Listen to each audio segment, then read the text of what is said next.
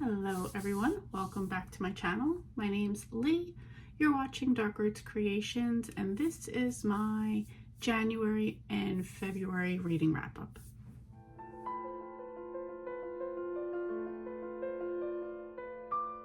First, I want to apologize if I sound bad. I am getting over being sick. I had some kind of flu or something, so I'm still feeling the end effects of it. So yeah, we're dealing with that. Anyway, let's get into what I read in January and February. I meant to do a January reading wrap up, just never got to it, and you know, life happens. So not going to stress about it. We'll get into it right now.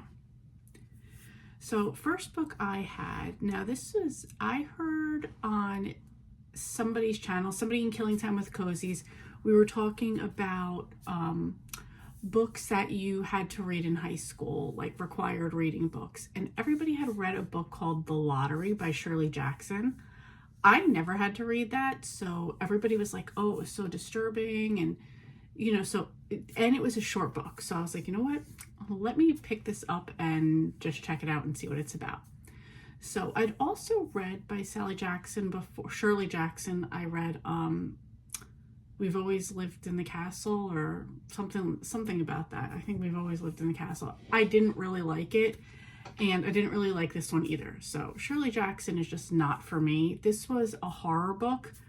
Not gonna say what it's about. It was about 30 pages, so if you're curious like I was, just go check it out and see what it was.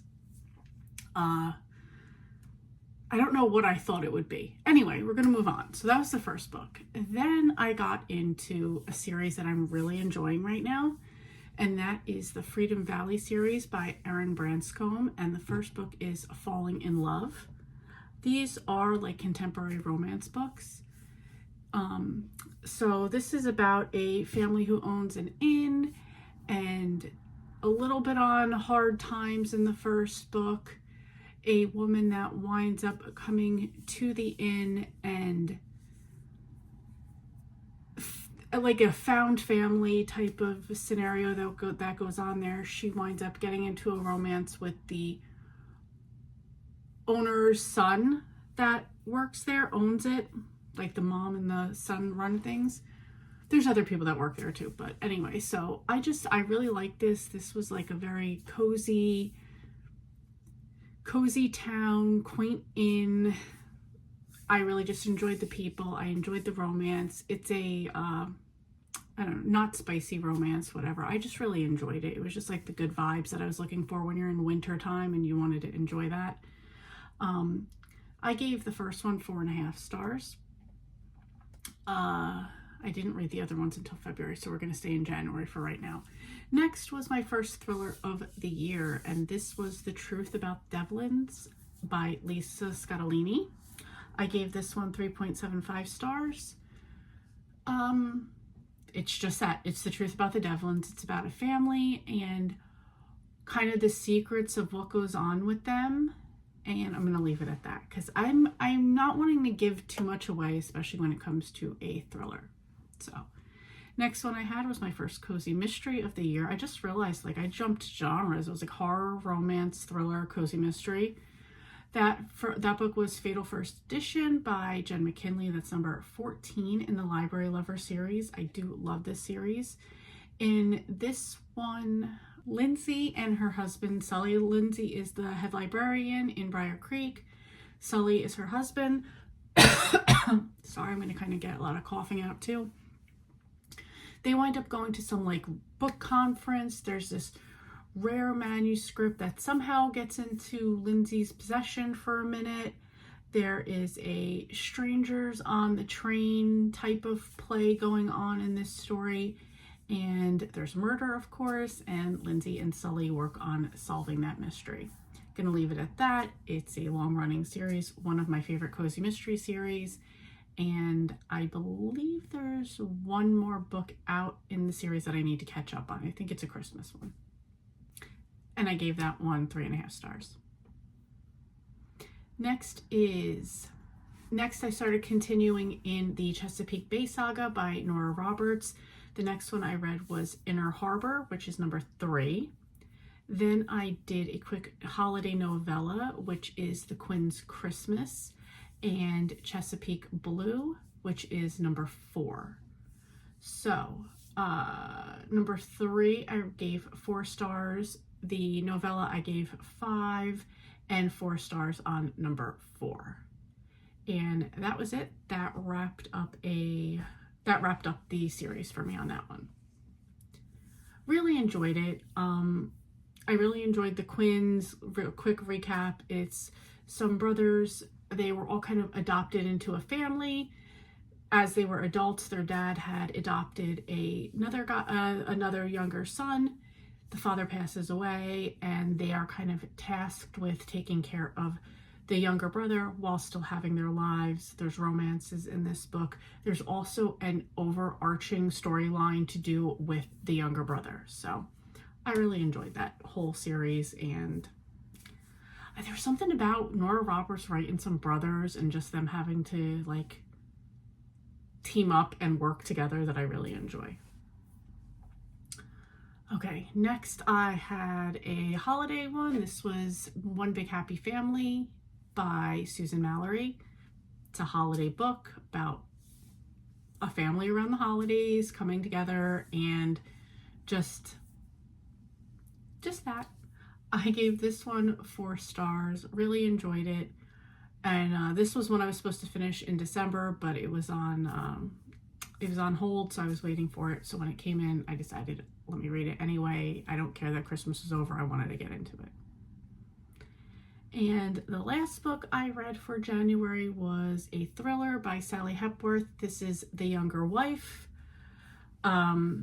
So this is about a man who wants to marry another woman, except he is still married to his first wife.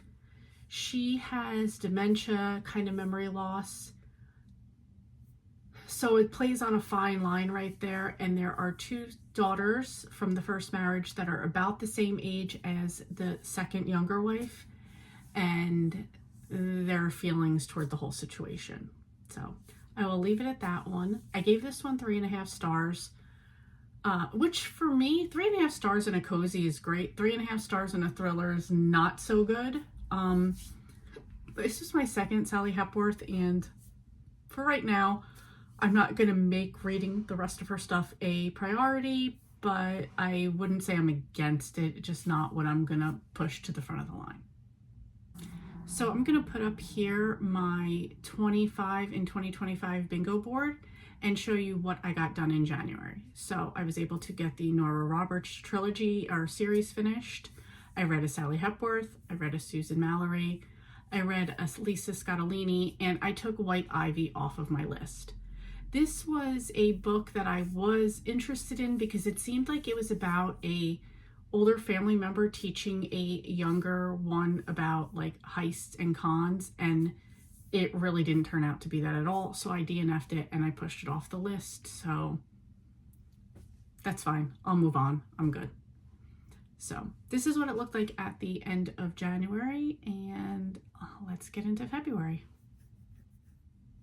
Okay, so for February, I started out with The Drowning Woman by Robin Harding. This is a thriller. I gave this one 4 stars. These were about 2 women. One is down on her luck. She was on the beach one day. She sees a woman who looks like she's drowning in the water. She saves her, and they start comparing lives and seeing how they could help each other, and the story goes from there. I was really, really, really enjoying this one. Up until the end, I'm not going to say the end ruined it. I gave it 4 stars, but not exactly how I wanted things to go, and I'll leave it at that. Next, I went back to the Freedom Valley series, and I read number 2, which is Baked in Love. This was about another person coming into the town, a romance. We continued with the original characters. We're continuing on from those stories. It's like continuing on together. So I really enjoyed that one. Gave that one 5 stars. And then number 3 in the series was All in Time. Also gave that one 5 stars. Similar romance. We're moving on with the story. Really, really enjoyed this series. There's a few more books. They weren't on audio yet. I don't even care. I'd pick these books up just to read them. So yeah, I really enjoyed the series. It's just like the perfect cozy romance. I like everything that's going on at the inn. Each person's like building their own business as well. Like, so in number 2, there was Baked in Love. Somebody started like a little bakery. All in Time, this is a woman that's also like a gardener. And there's like a farmer's market at the inn. So there's stuff like that. So I just really enjoyed it. So 2 5 stars for those. Then I moved into Muddy Bottom by Ashley Farley. This was a Palmetto Island number 1. This is a woman's fiction book. This was a book that had been a series that had been recommended to me by my reading buddy, Sharon. And these were books that were very Nantucket-esque. So in this one, there's a woman whose husband has disappeared. Her daughter and her are kind of on the outs, finds out her daughter is pregnant, and she encourages her daughter to have an abortion. Her daughter doesn't want to do that, so they're very much on the outs. And as time has passed, and then they're both trying to move forward with their lives. The daughter wanted to go to college, and she still wants to have her baby, and the mother wants to open a business. So they kind of like, it's kind of like, can they help each other? Can they work things out? It's just one of those type of women fictions. I really enjoyed it. It was a bit of a shorter book, and I gave this one 5 stars. Okay, next up is one of my favorites. This was by Pamela Kelly. This is Nantucket Summer House, which is number 9 in the Nantucket Beach Plum Cove series. I did not think that I was going to get into this one because it is about a reality show taking place in this little area on Nantucket. I just thought I'm not going to be into that because I'm so into the characters and the families that we've already met, but this did not disappoint. We still get plenty of people from the inn here. This was one of the characters, Cammie, and her husband. Cammie's like a movie star. They wound up setting up like a little production company here. It was just really, really good. This series just doesn't disappoint for me, and I gave this one 5 stars as well. Okay, next was a love-inspired suspense, which is a Harlequin line. This was Reunited by Danger by Carol J. Post. In this one, there is a 10-year high school reunion, and there's a murder at the reunion, and some of the people there start getting messages about this is going to be payback, and just like some stuff along that line. And one of the girls that was at the reunion is also a detective, and it's kind of her and the other people that got the messages trying to figure out who's doing this. I mean, there is kind of a why of something that happened in the past. They just don't fully know the story, so they're just kind of figuring it out from there. I enjoyed this one. This was one of the books that one of my friends sent me in a box of love-inspired suspense, and I gave this one 4 stars. Okay, next is a book called Met Her Match by Judy Devereaux, not sure how to pronounce her name. This was in the huge boxes that my coworker Rob's girlfriend gave me. It wasn't one I've never read the author before, but I decided I'd give it a shot because a bunch of you guys said, yeah, give her book a read. I enjoyed it. It was about a girl from the wrong side of the tracks. There's like the townies, and she's like one of the lake people. Her family has like helped run the lake and the activities that go on there. Through a family friend, a guy winds up living at her lake house, her family's lake house, for the summer. There's a bit of a romance there, but there's a bit of conflict with like, again, with the townies, which would be more of like what he would be part of. There's a big like mystery surrounding the disappearance of her mother.